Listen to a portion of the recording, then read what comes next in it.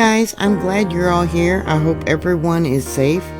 Thank you very much for joining me. There in Montana, they had a storm that came through by Missoula. You can see here on the power outage map, there's currently 15,083 people without power there. If it wasn't for the citizen journalist, that posted a lot of image on Twitter.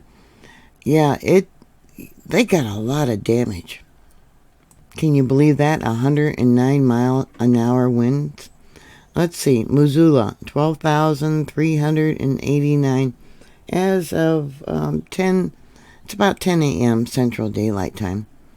Let's see, 808 in Mineral County, 176 in Powell, 109 there, and 197. Hi everyone, I'm Mary with MaryGreeley News. Thank you very much for joining me. Please like, share, and subscribe. Yep, definitely another reason to be prepared. The weather is definitely increasing in intensity. The disasters that are happening are increasing, and so many people just take disasters for granted. They do not prepare. A powerful thunderstorm went through Missoula and Bitterroot valleys last night on Wednesday, sparking wildfires, toppling trees and power lines. And the rampage lasted for about 30 minutes. They're currently asking people to conserve water because of the power outages. And people don't think about water and sanitation when the power goes out. Many 911 stations were overwhelmed. I guess some of them went out also. Couldn't get a hold of 911. Another reason to be prepared. We often get more information from citizen journalists, as I call them, than the actual mainstream media. So those of you that shared your images and your information on X, formerly known as Twitter, thank you very much. Winds strong enough to wobble street lamp poles hit downtown Missoula shortly before 9 p.m. last night, Wednesday, July 24th. Some tree branches and then whole trees started falling on power lines across the city. And internet and cell phone services failed across much of the region around 10 p.m. last night. The National Weather Service on Facebook posted that the thunderstorms that impacted Missoula and the vicinity, wind speeds there, they said, was 81 miles an hour, were recorded at KMSO Airport. Winds of 109 miles an hour were recorded on the top of Mount Sentinel in Missoula as well. Sending prayers because there's evidently reports of damage to homes, not just property, cars, fences, whatever you might have had outside. A fallen live power line trapped a large crowd of pedestrians trying to cross the Van Buren Road pedestrian bridge, and that was by the University of Montana campus. A spruce tree 3 feet in diameter fell across Spruce Street, a block away from the St. Patrick Hospital, partially blocking the route access to the emergency room. Originally, they thought winds were expected to be around 30 miles an hour, possibly up to 40, but not 80 or even 109. Around midnight, the Ravalli County Sheriff Office confirmed on social media 3 new fires in the Bitterroot National Forest on the northwest side of the valley. The largest is in the North Kootenai Creek area, while the Sheriff Office said that others were reported in the Bass Creek and Joshua Creek areas. The Ravalli County 911 Center and Bitterroot National Forest Center said that they had received over 500 calls for service that the 911 center had a handle. Residents in Florence reported seeing a wildfire that was started in the Sapphire Mountain area about 9:30 p.m. last night.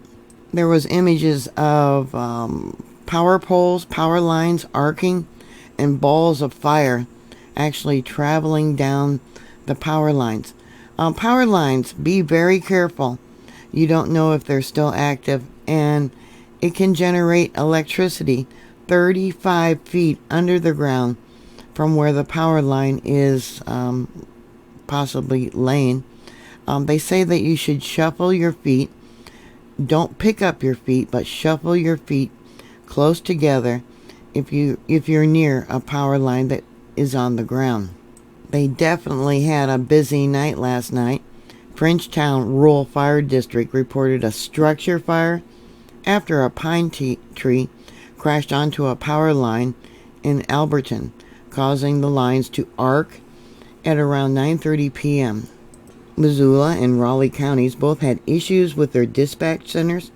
Raleigh County Sheriff Office on social media said their phone lines were being dropped as they were being inundated with calls about fires on the west side of the valley. Missoula County 911 maintained power throughout the storm, but was inundated with calls according to Granite County Facebook page. Mineral County Disaster and Emergency Services said its phone lines were down as well. Thousands of Northwest Energy customers originally were without power along the I-90 corridor to Missoula's east and west, as well as those in Bitterroot Valley to the south. After the storm had passed, they had to get out there and start doing repairs. There was also reports of downed trees there in Missoula that had fallen on vehicles, buildings, and structures throughout the town. A tree fell on a vehicle of people sleeping in the vehicle near the Poverello Center homeless shelter. Evidently, those people are okay that were in the vehicle. One woman was sleeping on the sidewalk after escaping from the car. Poverello, Montana's largest shelter, was without power too. I don't know if they have power or not. The vehicle they were sleeping in evidently was a camper, so it wasn't a car, and they ended up moving and sleeping somewhere else, I guess. Originally, they're saying that more than 10,000 people were without power in the Missoula area, and that number has now seemed to have climbed to 12,389.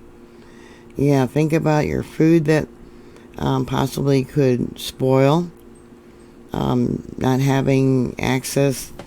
They're limiting water use and probably flushing the toilets and things like that. I haven't heard of any boil water advisories for the Missoula area, but see, that's another reason why you should have bottled water and different supplies already prepared, especially for those that need water for formula. As of me making this video, 10:22 a.m. Central Daylight Time, it's 72 degrees there and expected to have a high of 76.